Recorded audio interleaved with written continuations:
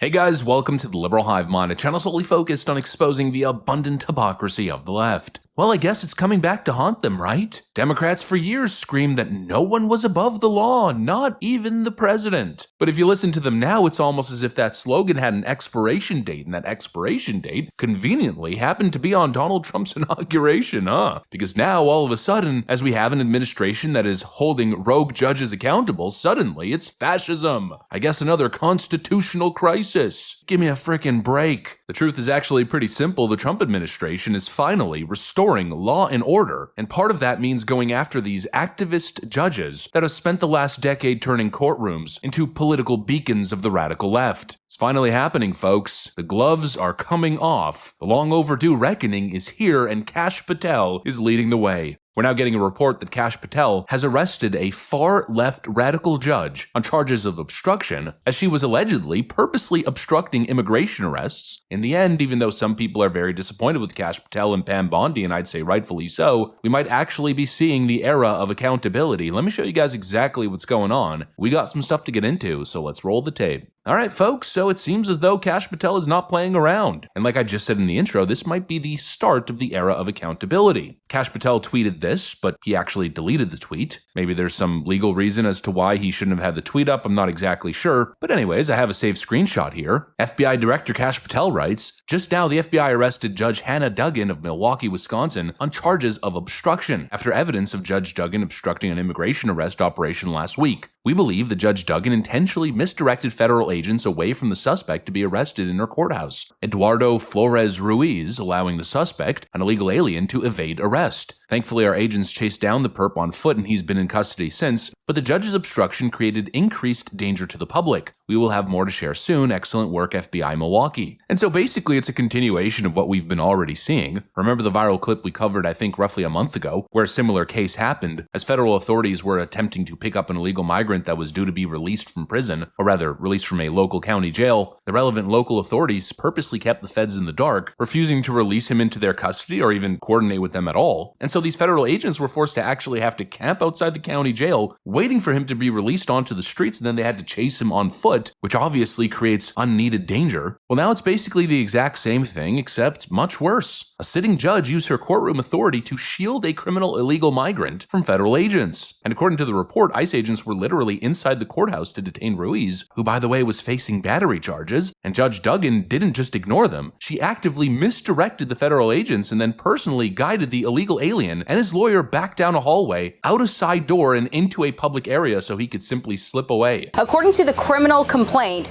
Milwaukee County Judge Hannah Duggan escorted a Mexican national facing battery and domestic abuse charges out of the courtroom through the jury door so that he could evade arrest, and also tried to kick the deportation agents out of the courthouse. Listen here. Judge finds out, she goes out in the hallway, screams at the immigration officers. She's furious, visibly shaken, upset, sends them off to talk to the chief judge. She comes back in the courtroom, you're not going to believe this, takes the defendant and the defense attorney back in her chambers, takes them out a private exit and tells them to leave, while a state prosecutor and victims of domestic violence are sitting in the courtroom. That Mexican national, Eduardo Flores Ruiz, was taken into custody during a foot chase, and now Judge Duggan is charged with obstructing and concealing. Totally freaking insane. That is obstruction of justice. And now, thanks to Kash Patel, these types of situations are being treated like the crimes that they are. But of course, if you listen to the left, it's a totally different story. The usual suspects all over social media are, of course, omitting all the key context in the actual story itself, the details of what actually happened. They're just presenting the surface of the story in vague fashion. Donald Trump is jailing judges, they're screaming. This is fascism. No, you absolute buffoons. This is called enforcing the law. I mean, come on. If you're sitting on the bench and you're using your robe to block federal agents from detaining a violent illegal alien, well then guess what? You shouldn't just get a get out of jail free card. You're not a king. You're a civil servant. You broke the law and now it's time to face the consequences. And again, you Democrats have no room to speak after years of saying that no one is above the law, not even the president. Well, I guess that applies to judges now, doesn't it? And what's crazy is that's not even the only story from just this week, as we've got another headline here of a New Mexico judge caught harboring an illegal gang member. A Democrat judge in New Mexico by the name of Jose Joel Cano just abruptly resigned after federal agents arrested a member of the Tren de Aragua gang, yeah, TDA once again, not being released from his courthouse. No, at his home. You heard that right. A known violent Venezuelan gang member by the name of Cristian Ortega Lopez was living in the residence of a sitting judge. The same judge, by the way, who's known for consistently soft rulings, especially on immigration cases. Ortega Lopez had been caught sneaking into the county through Texas. He was briefly held, then released due to overcrowding, of course thanks to Joe Biden, and somehow he ended up living at Judge Cano's residence. Well, now this illegal migrant has been charged for an illegal firearm possession and faces up to 15 years. And Judge Cano, well, he's been slapped with a lifetime ban from the bench, and he and his wife have been promptly arrested.